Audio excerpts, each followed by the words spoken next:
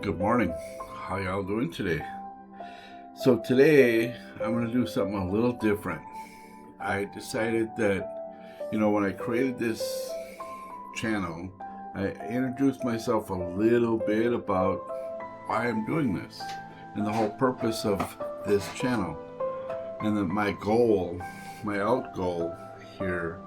So I'm going to explain a little bit about who I am, my background, how I got here, why I'm here, and what my goals are with you guys.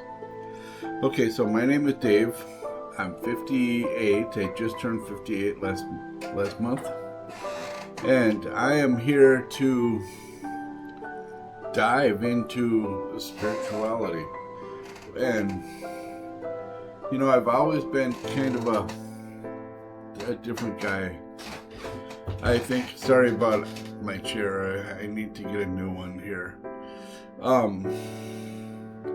So I've always been able to see things before they happen.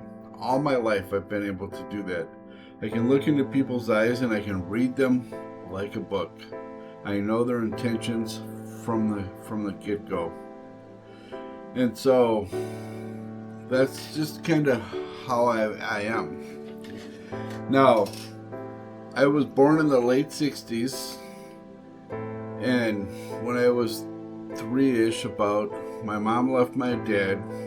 Before that, I watched my mom and dad should not have been able to breed, truly. And I watched, one day,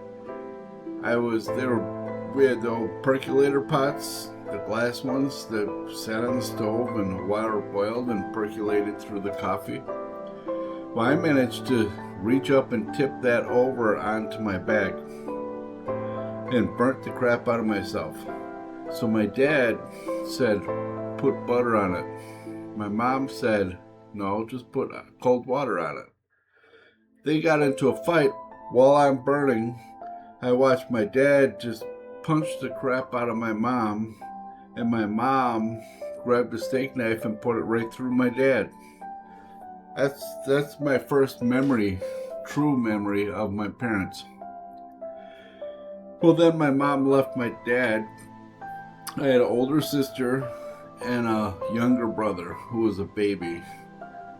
And my mom decided we're leaving. So she put us in the back of this station wagon of some strange guy that I didn't know him, and drove us to California and pawned us off to whoever would take us. And when she couldn't, she just dropped us on a street corner and left. My brother and sister got picked up by the police.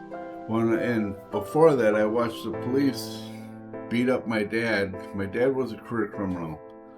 And so they beat him up really bad. There was blood everywhere.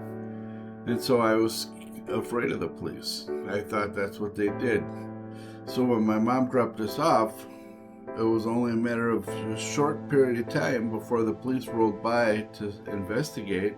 I ran because I didn't want to get beat up. And I watched them take my brother and sister away. So I was there. I was alone. And so that's a little of my story, how I started seeing things, or realizing things. 3-year-olds should not be able to survive out there. You're looking at one. I did. I managed to find a way to eat. I managed to find a way to drink.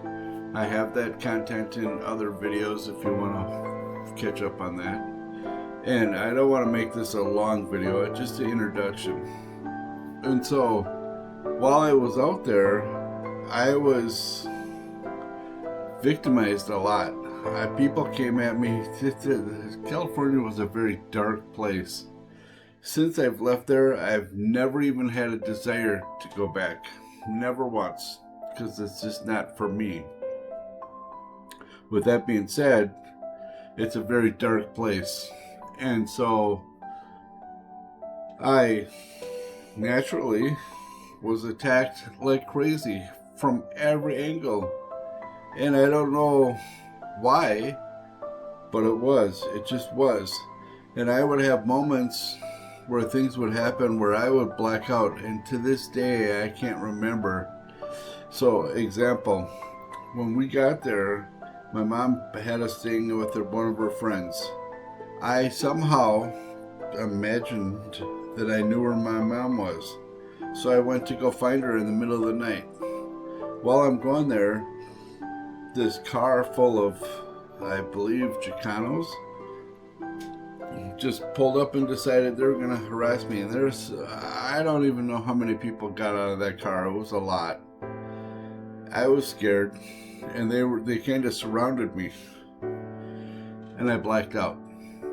And I remember knocking on my mom's door next, and I was full of blood, but it wasn't mine. I didn't have a cut anywhere on me. So I don't know what happened. To this day, I don't know what happened. And yeah, that was that. That's when I realized my mom was a prostitute and she was turning tricks.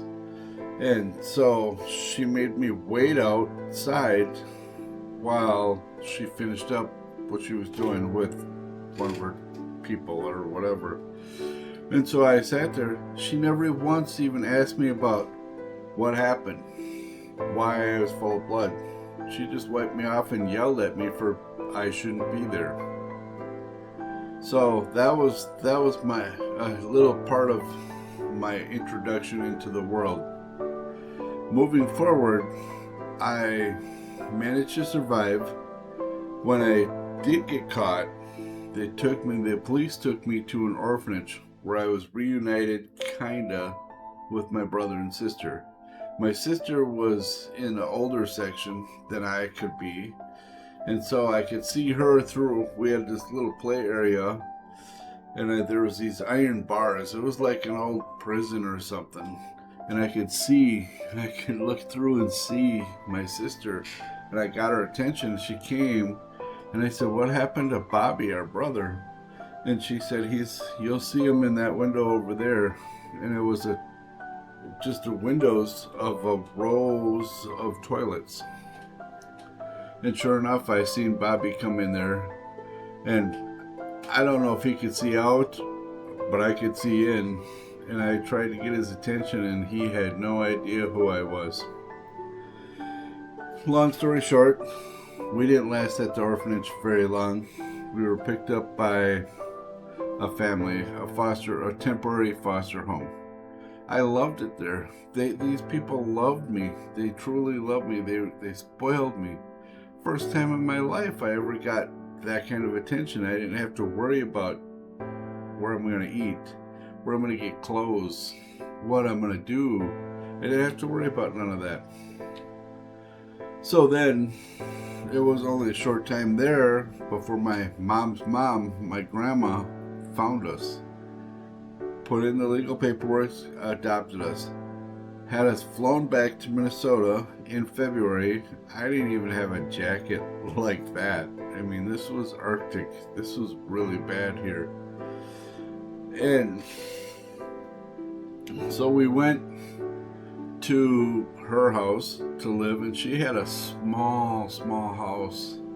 And you know, I to this day I don't know where my sister slept, or my grandpa had a granddaughter. It's really unknown, the story there. And she was there, and then my brother and I had bunk beds in a back room off the bathroom, small room. And I don't know where Angel and that girl stayed. I know my grandpa had his room next to the bathroom. So mine and Bobby's room was in the back corner,